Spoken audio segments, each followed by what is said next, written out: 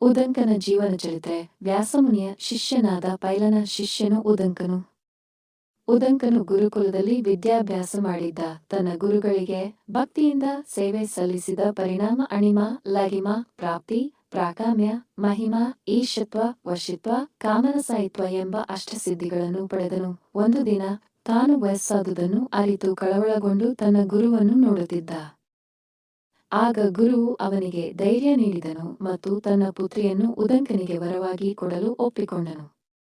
ಆದರೆ ಉದಂಕನು ಗುರುದಕ್ಷಿಣೆ ನೀಡಲು ಮನಸ್ಸು ಮಾಡಿಕೊಂಡನು. ಈ ವೇಳೆ ಉದಂಕನ ಗುರುಪತ್ನಿ ಪೌಷ್ಯನ ಪತ್ನಿಯ ಕಿವಿಯೋಲೆಗಳನ್ನು ಕುಂಡಲ ಗುರುದಕ್ಷಿಣೆಯಾಗಿ ತಂದು ಕೊಡಬೇಕೆಂದು ಕೋರಿದರು. ಉದಂಕನು ಇದನ್ನು ಸ್ವೀಕರಿಸಿ ಪೌಷ್ಯ ಮಹಾರಾಜನ ಬಳಿ ಹೋದನು. ಪೌಷ್ಯ ಮಹಾರಾಜನಿಂದ ಕುಂಡಲಗಳ ಬೇಡಿಕೆ. ಉದಂಕನು ಪೌಷ್ಯ ಮಹಾರಾಜನ ಬಳಿಗೆ ಹೋಗಿ ಕುಂಡಲಗಳನ್ನು ತನ್ನ ಗುರುಪತ್ನಿಗೆ ಸಮರ್ಪಿಸಲು ಕೋರಿದನು. ಮಹಾರಾಜನು ಈ ಮನ್ನಿಸಿ ಪತ್ನಿಯ ಬಳಿಗೆ ಹೋಗಲು ಹೇಳಿದರು. ಆದರೆ ಪೌಷ್ಯನ ಪತ್ನಿ ಕಾಣಿಸಿಕೊಳ್ಳಲಿಲ್ಲ. ಮತ್ತೆ ಪೌಷ್ಯನ ಬಳಿಗೆ ಹೋದಾಗ ಪೌಷ್ಯನು ಅವಳು ಮಹಾಪತಿವ್ರತೆ, ಅವಳನ್ನು ಕಾಣಲು ಶುದ್ಧತೆ ಇರಬೇಕು ಎಂದು ಹೇಳಿದರು. ಈಗ ಉದಂಕನಿಗೆ ತಾನು ಹಿಂದಿನ ದಿನ ಗೋಮಯ ಸೇವಿಸಿ ಸ್ನಾನ ಮಾಡದಿರುವುದು ನೆನಪಾಯಿತು. ಅವನು ತಕ್ಷಣ ಸ್ನಾನ ಮಾಡಿ ಮರಳಿ ಹೋಗಿದಾಗ ಪೌಷ್ಯನ ಪತ್ನಿ ಕಂಡುಬಂದಳು. ಅವರು ಉದಂಕನಿಗೆ ಕುಂಡಲಗಳನ್ನು ಕೊಟ್ಟರು. ಆದರೆ ತಕ್ಷಕನು ಸರ್ಪರಾಜ ಈ ಕುಂಡಲಗಳಿಗಾಗಿ ಕಾಯುತ್ತಿರುವುದಾಗಿ ಎಚ್ಚರಿಸಿದರು. ತಕ್ಷಕನ ಕುಂಡಲ ಕಳ್ಳತನ. ಉದಂಕನು ಕುಂಡಲಗಳನ್ನು ತೆಗೆದುಕೊಂಡು ತನ್ನ ಗುರುಕುಲಕ್ಕೆ ಹಿಂತಿರುಗುತ್ತಿದ್ದಾಗ ಮಾರ್ಗಮಧ್ಯದಲ್ಲಿ ತಕ್ಷಣ ಸ್ನಾನ ಮಾಡಲು ಹೋಗಿದನು. ಈ ಸಂದರ್ಭದಲ್ಲಿ ತಕ್ಷಕನು ಕುಂಡಲಗಳನ್ನು ಅಪಹರಿಸಿ ನಾಗಲೋಕಕ್ಕೆ ಪರಾರಿಯಾದನು.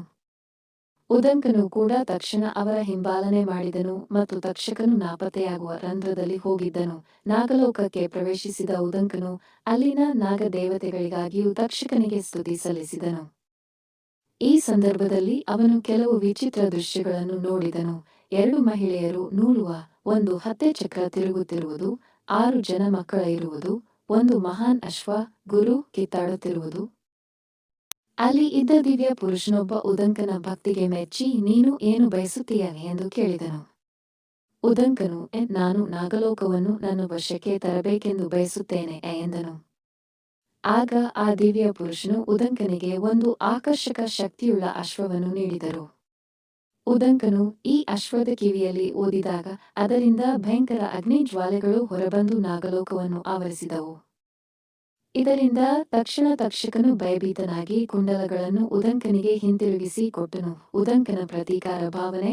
ಕುಂಡಲಗಳನ್ನು ಪಡೆದು ಗುರುಪತ್ನಿಗೆ ಸಮರ್ಪಿಸಿದ ಮೇಲೂ ಉದಂಕನಿಗೆ ತಕ್ಷಕನ ವಿರುದ್ಧದ ಕೋಪ ಶಮನವಾಗಲಿಲ್ಲ.